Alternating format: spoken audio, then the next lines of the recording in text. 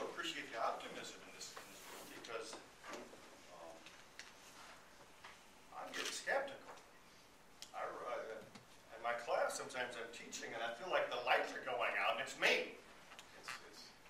I'm just sensing that the Marxists are somewhat like the Marxists in the gates of the city. And they're all over the place now. And I compare them to werewolves because I don't kill them. Nothing works. The next day, they have the same argument that I shot down yesterday. Same argument. I tell my students every day, I give them silver bullets. That here's a silver bullet. You can shoot a Marxist werewolf with this bullet. Some of our professors gave us all kinds of silver bullets today. I give them that. And my two favorite bullets are always to ask for sources and definitions. Always. And I know you guys are saying we need to soft sell libertarianism. I'm going to call it conservatism because I don't really understand libertarianism too much. I know where it is, and maybe when we're done you can explain that to me. You used to define it in 2 sentences, and I'll go, okay, I got it.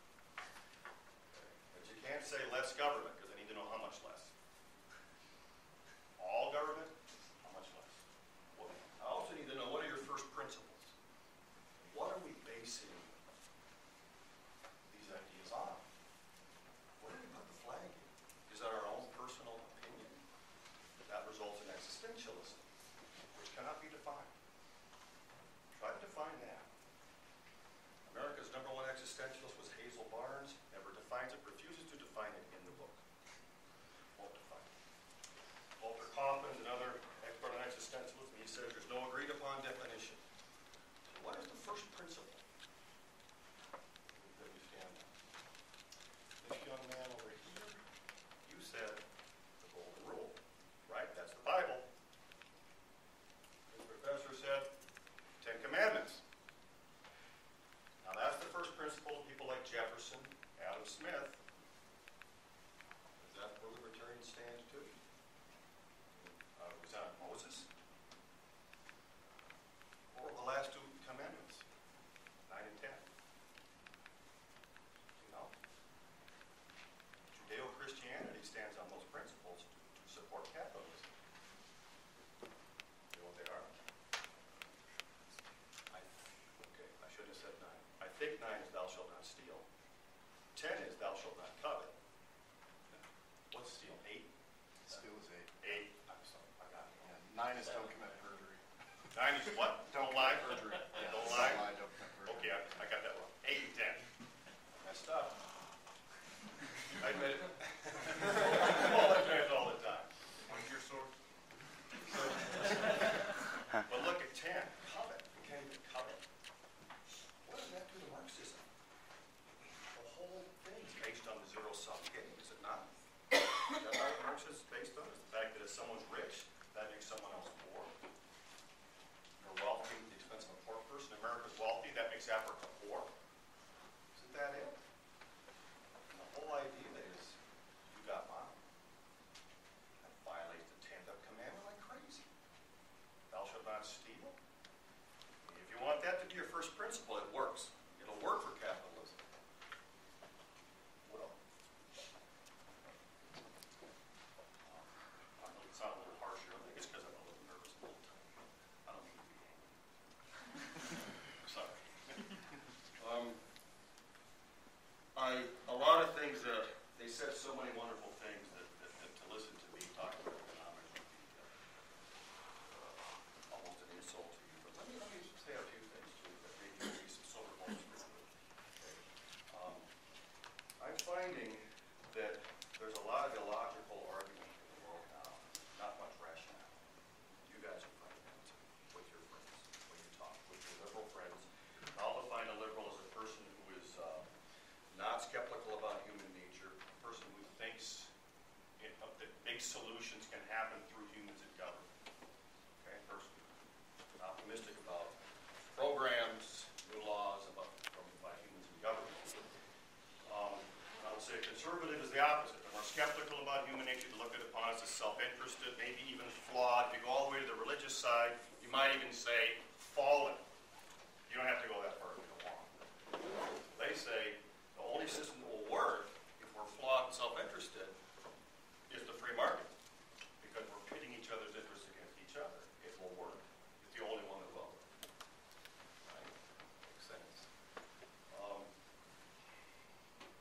lost my train of thought. What was I saying? What was I saying? When you're arguing, I want to define liberal and conservative. I want to give you my terms. I think you should always ask for definition and terms. So when your friend says government, you need to ask for that. How do you define government? Government's nothing more than humans who work for government and sit on committees.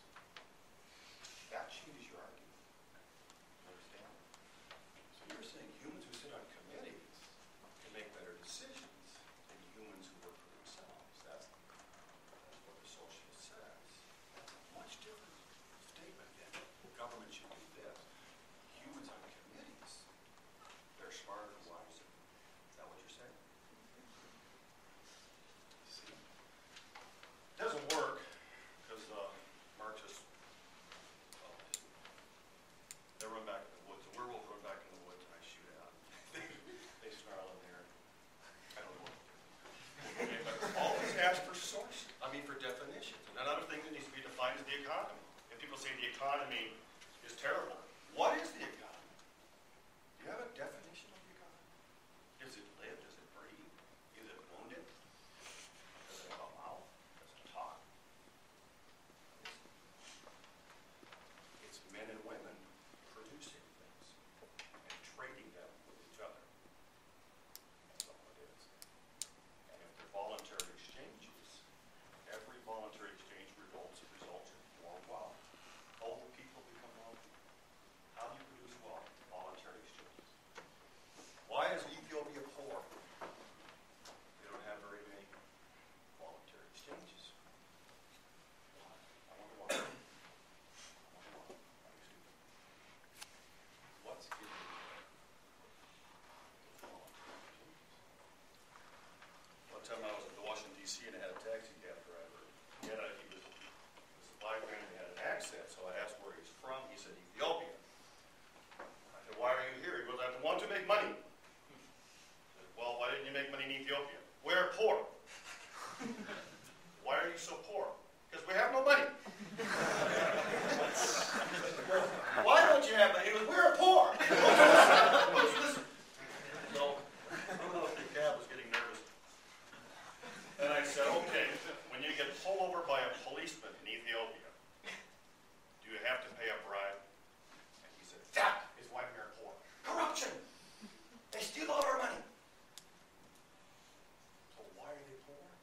Too many involuntary exchanges getting in the way of the voluntary exchanges. It's simple. It's simple. So, right now in our country, I'm seeing more involuntary exchanges. The socialized healthcare system, of course, is rife with involuntary exchanges, which will reduce wealth production. Every time I trade with you, you want my duck and I want your pumpkin, we both say thank you. Why? Because I feel richer. I feel like I won. That's the key. The economy. As I defined it. Every time you walk out of Baskin Robbins with your double scoop, you're richer, right? You're wealthier. You wanted the ice cream more than your money. It's that simple. It's the backbone of free enterprise. It's a justification for free enterprise. That's it. Why is Mexico poor? Not during any voluntary exchanges. I wonder why. Usually it has to do with humans in government. Better Alex. Also, I think another silver bullet is to ask for sources.